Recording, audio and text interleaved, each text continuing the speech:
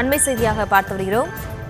அமைச்சர் மா சுப்பிரமணியன் எதிரான வழக்கில் நாளை தீர்ப்பு வழங்கப்படும் என்று தெரிவிக்கப்பட்டிருக்கிறது. அமைச்சர் மா சுப்பிரமணியனுக்கு எதிராக தொடரப்பட்ட வழக்கில் நாளை தீர்ப்பு வழங்கப்படும் என்று அறிவிக்கப்பட்டிருக்கிறது. அது தொடர்பான அண்மை செய்தியை பார்த்து வருகிறோம். மேலும் விவரங்களோடு இணைகிறார் செய்தியாளர் மதியழகன். மதியழகன் வணக்கம். இந்த வழக்கு தொடர்பான விவரங்களை வழங்கலாம்.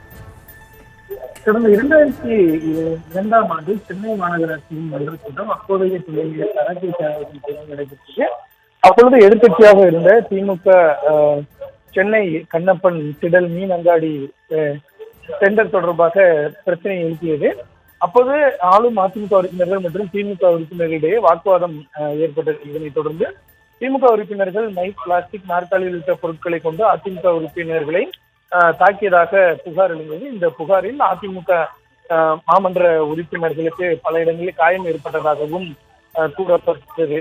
இது தொடர்பாக அதிமுக மன்ற உறுப்பினர்கள் அளித்த புகாரின் அடிப்படையில் சென்னை பெரியமேடு போலீசார் வழக்கு பதிவு செய்தனர். இந்த புகாரில் அப்போதைய கவுன்சிலராக இருந்த தற்பொழுதைய அமைச்சரான மா சுப்பிரமணியன், முன்னாள் சட்டமன்ற உறுப்பினர் VS பாபு, சிவாஜி, தமிழ்வேந்தன், நெடுமாறன் உள்ளிட்ட 7 பேருக்கு எதிராக வழக்குகள் பதிவு செய்யப்பட்டன. இவர்கள் அனைவரும் அப்பொழுது கவுன்சிலராக இருந்தவர்கள்.